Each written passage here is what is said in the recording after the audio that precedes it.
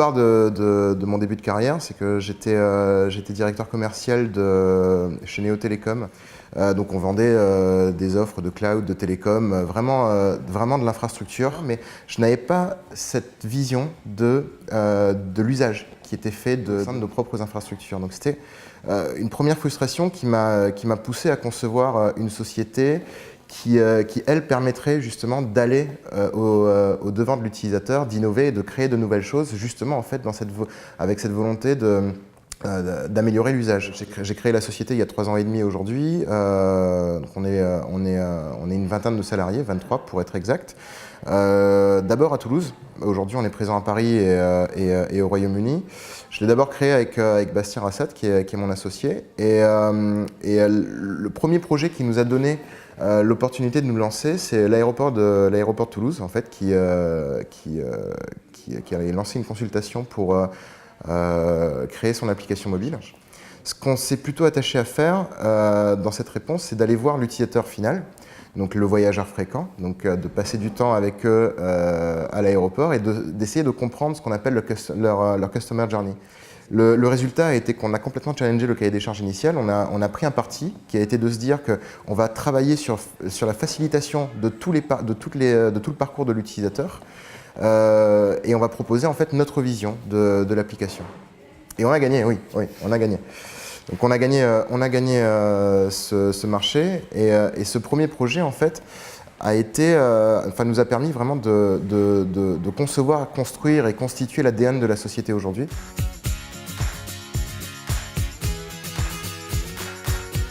L'ADN d'Upstud, c'est une agence qui n'écoute pas ses clients, mais qui écoute les clients de ses clients. On se définit réellement comme une agence mobile capable de couvrir en fait tous les enjeux d'un porteur de projet mobile. Comment est-ce que j'acquiers de nouveaux utilisateurs?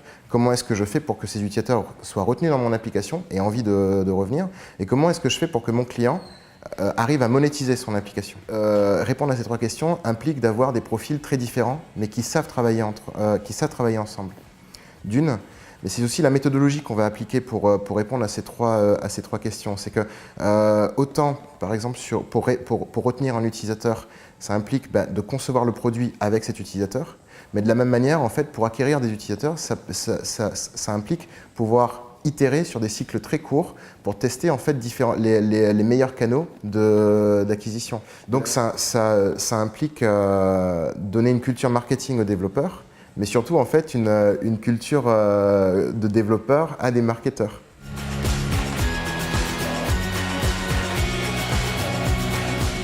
En fait, Upstud, de par son nom, est une agence mobile. Donc Upstud est mis pour Application Studio à la base.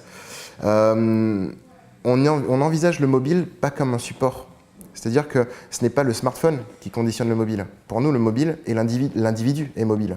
Donc aujourd'hui, en fait, on parle de technologies comme de la VR, de l'AR, comme de la voix.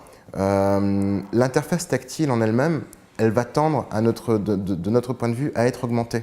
C'est-à-dire que notre vision est que demain, au travers la voix, au travers l'image, on sera capable d'augmenter l'expérience de l'utilisateur qui, lui, de toute manière, restera mobile. Aujourd'hui, on a une très très forte culture de l'innovation. On est agréé organisme de recherche et développement donc, par le ministère de l'Enseignement supérieur, ce qui fait qu'aujourd'hui, entre 15 et 20% du temps de chaque ingénieur est consacré à de la recherche et du développement. Donc on travaille beaucoup avec les annonceurs pour créer des POC, en fait, pour innover et créer en fait, des prototypes de nouvelles technos et d'essayer de les appliquer en fait, dans une logique de lab à l'utilisateur final. Donc aujourd'hui, en fait, on travaille sur une techno qui s'apparente un peu à Amazon Go, sans forcément en fait, avoir cette nécessité de penser le magasin pour la techno. De notre point de vue, le paiement le parcours d'un utilisateur en magasin doit se faire avec le moins de friction possible. Nous, en fait, on essaie, au travers de la techno, de réduire cette friction. Ça, c'est un exemple de sujet sur lesquels on travaille aujourd'hui.